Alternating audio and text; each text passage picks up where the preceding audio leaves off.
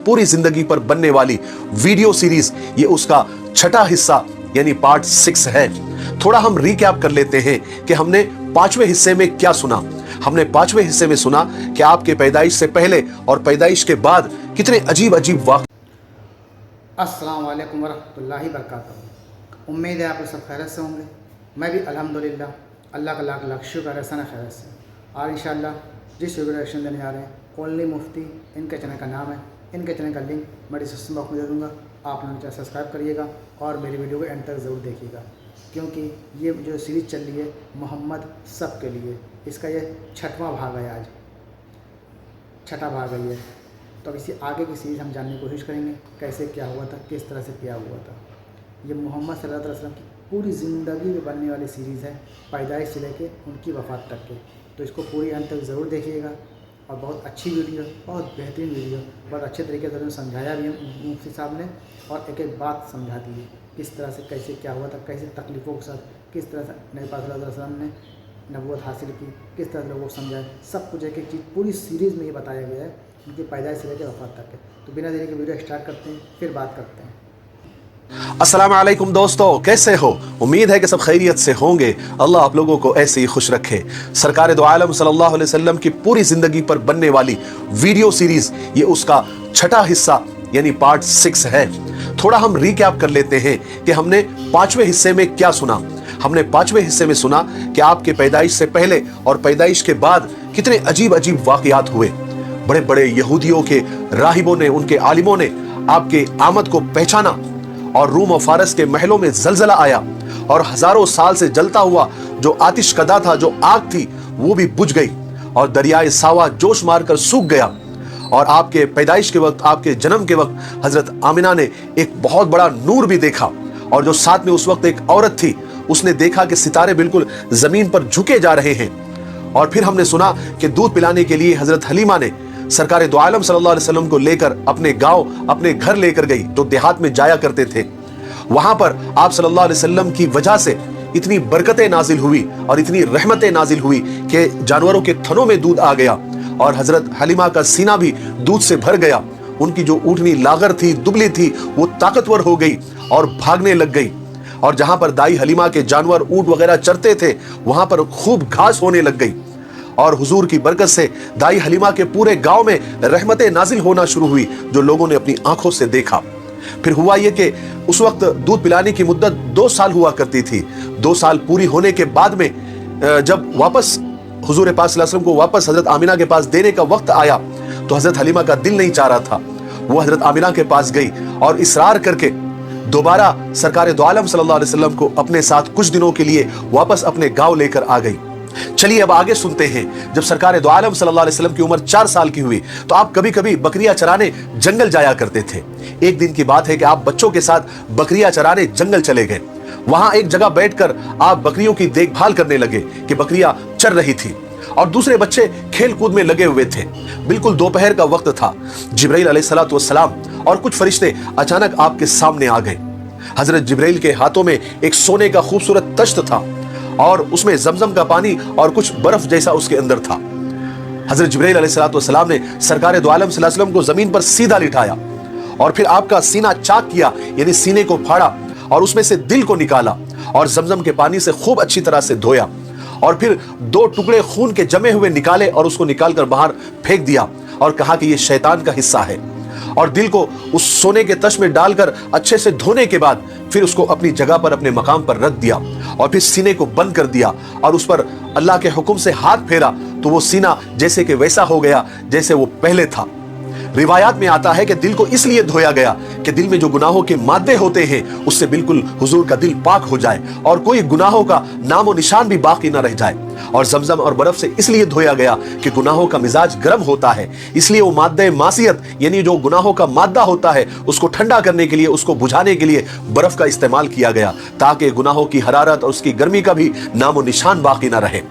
जब दूसरे बच्चों ने ये सब मंजर देखा तो वो तो डर गए, सहम गए। सब दौड़ते हुए, घबराते हुए दाई हलीमा के पास पहुंचे, और बच्चों ने जाकर बताया कि किसी ने मोहम्मद को कत्ल कर दिया। दाई हलीमा ये सुनते ही बदहवास होकर हुजूर के पास दौड़ते हुए आई, तो देखा कि आप जंगल में डरे डरे, सहमे सहमे खड़े हैं और पसीने से शराबोर है। दाई हलीमा के शौहर ने एकदम से आपको अपने सीने से लगाया, चुमकारा और पूछा कि क्या हुआ मोहम्मद, क्या हुआ था? तो सरकार दो आलम सल्लल्लाहु अलैहि वसल्लम ने बताया कि दो लोग मेरे पास आए थे, उन्होंने मुझे पकड़कर सीधा लिटाया और मेरे सीने को चाक किया, अंदर से कुछ निकाला, उसको धोया, दोबारा अंदर रख दिया और फिर सीना जैसे के वैसे करके वो लोग चले गए। इस वाक़े ने दाई हलीमा और उनके शौहर को बिल्कुल डरा दिया। वो घबरा गए और उनको ऐसा लगा कि कहीं आगे चल के ऐसा कोई वाकया और ना हो जाए और मोहम्मद को नुकसान ना हो जाए। इसलिए हिफाजत को ध्यान में रखते हुए हजरत हलीमा और उनके शौहर ने सरकार दो आलम सल्लल्लाहु अलैहि वसल्लम को मक्का लेकर आ गए और हजरत आमिना के सुपुर्द कर दिया, उनके हवाले कर दिया। अब चूंकि हुजूर मक्का में अपने घर वापस आ चुके थे, जहां आपकी अम्मी, आपके दादा आप पर जान छिड़कते थे, आपका हर वक्त ख्याल रखते थे। फिर जब आपकी उम्र 6 साल हुई तो एक दफा का वाकया है कि हजरत आमिना आपको साथ लेकर यस्रिब गई। यस्रिब ये मदीना का पुराना नाम है और आपके साथ में आपकी बांदी उम्मे ऐमन भी थी और यस्रिब में हजरत आमिना का ननियाल था। वहां पर हजरत आमिना 1 महीना ठहरी। यस्रिब में कुछ यहूदी आलिमों ने जब आपको देखा तो आपके बारे में नई नई खबरें देने लगे और जल्दी ही ये खबर सारे यस्रिब में फैल गई। यहूदियों की जमातें आपको देखने के लिए आने लगी क्योंकि यहूदियों के पास आसमानी किताबें थी और उन किताबों में हुजूर पाक सल्लल्लाहु अलैहि वसल्लम की आने की निशानियां सारी की सारी साफ साफ लिखी हुई थी और आखिरी नबी आने की खबर भी उसमें साफ साफ लिखी हुई थी और बहुत सारी पेशन गोइयां और बहुत सारी निशानियां बताई गई थी। तो जब वो यहूदी या उनके आलिम जब देखते थे हुजूर को तो पहचान लेते थे।